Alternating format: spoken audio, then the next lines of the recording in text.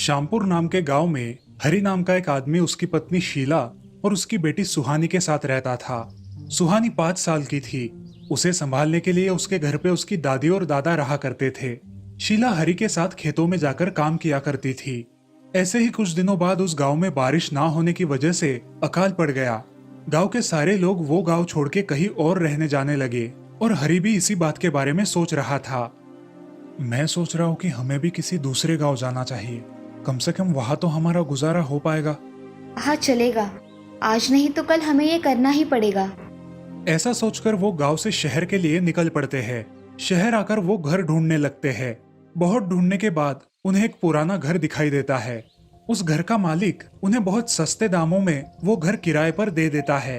हरि और उसका परिवार उस पुराने घर में रहने लगते हैं, मगर वो घर कुछ अजीबोगरीब था। ऐसे ही कुछ दिन बीत जाते हैं। हरि और शीला को इस बात की कोई खबर नहीं थी कि वो एक भूतिया घर है। बहुत सालों से उस घर में कोई नहीं रहता था। ऐसे ही एक रात जब सब लोग सो रहे थे,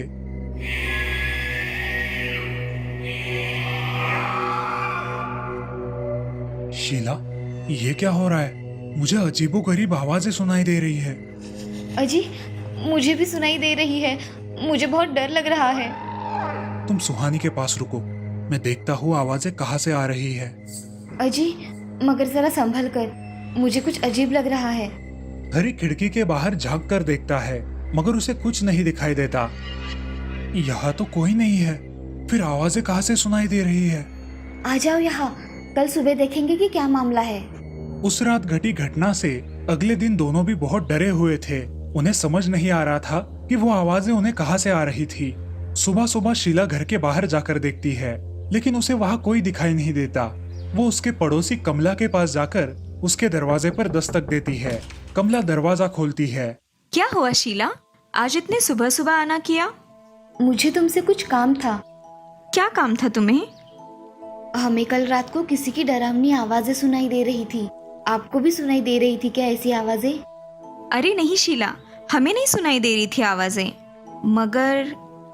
मगर क्या कमला? शीला, उस घर में कुछ दिनों पहले एक नया शादीशुदा जोड़ा आया था। उनका हर रोज झगड़ा हुआ करता था और इसीलिए उस आदमी ने उस औरत को मारकर खुद अपने आप को उसी घर में फांसी लगा ली थी। ये तुम क्या कह रही हो कमला? मैं सच कह रही हूँ। अब मैं क्या करूं? यानी कि हमें रात को जो आवाजें आ रही थी वो उन दोनों की थी। हाँ शीला, ये सच है, मगर घर मालिक ने तुम्हें ये बात नहीं बताई।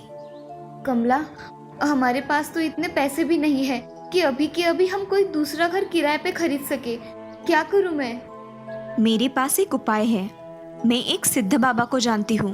तुम दोनों उनके पास जाकर इस समस्या का समाधान पूछो, वह तुम्हारी जरूर मदद करेंगे। कहाँ मिलेंगे ये सिद्ध बाबा? गांव के बाहर उनकी कुटिया है, वहाँ वह रहते हैं। तुम दोनों वहाँ जाकर उनसे मिलकर आओ।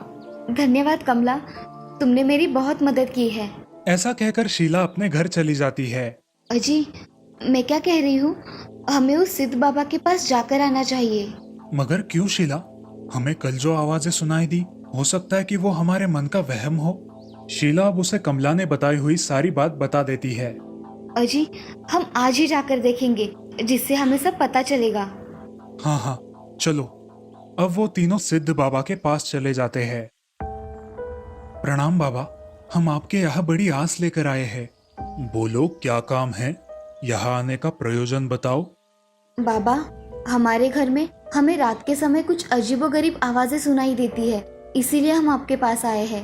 आप इस समस्या का कोई ना कोई हल निकालेंगे, ऐसी हमें आशा है। बाबा अपनी आंखें बंद कर लेते हैं और अपनी दिव्य शक्ति से सब पता कर लेते हैं। कई सालों पहले उस घर में एक पति और पत्नी की मृत्यु हुई थी और उन दोनों की आत्माओं को शांति नहीं मिली है। उनकी आत्माओं को शांति देने के लिए हमें तुम्हारे घर में हवन करना पड़ेगा। जैसा आप ठीक समझे बाबा, हम उस घर में हवन करने के लिए तैयार है। ऐसा कहकर दूसरे ही दिन बाबा सुबह जल्द ही उनके घर होम करने के लिए पहुंच जाते हैं। पूजा की तैयारी हो गई? हाँ बाबा, आपने जो जो सामग्री बताई वो सब मैं लेकर आया हूँ। चलो हम पूजा करते हैं। बाबा हवन की विधि शुरू कर देते हैं। इन आवाजों को मत सुनो, पूजा में ध्यान दो। अब वो दोनों डरकर अपने हाथ जोड़कर आंखें बंद कर लेते हैं। वो डरावनी आवाजें बंद नहीं होती। हरी और शीला बहुत डर जाते हैं, लेकिन बाबा उन्हें संभाल कर अपना काम शुरू रखते हैं। थोड़ी ही देर में उनके सामने बहुत बड़ा धुआं हो जाता है और वो दोनों भूत बाबा के सामने प्रकट हो जाते हैं। बाबा, हमें यहाँ से मुक्त कर दो। हमें बहुत तकलीफ हो रही है, हमें मुक्त कर दो। हाँ, मैं तुम्हें मुक्त कर दूंगा, मगर मेरी एक शर्त है। आज के बाद तुम किसी को भी तकलीफ नहीं दोगे। नहीं बाबा, हमें अब सिर्फ मुक्ति चाहिए। ठीक है, मैं तुम्हें अभी मुक्त करता हूँ।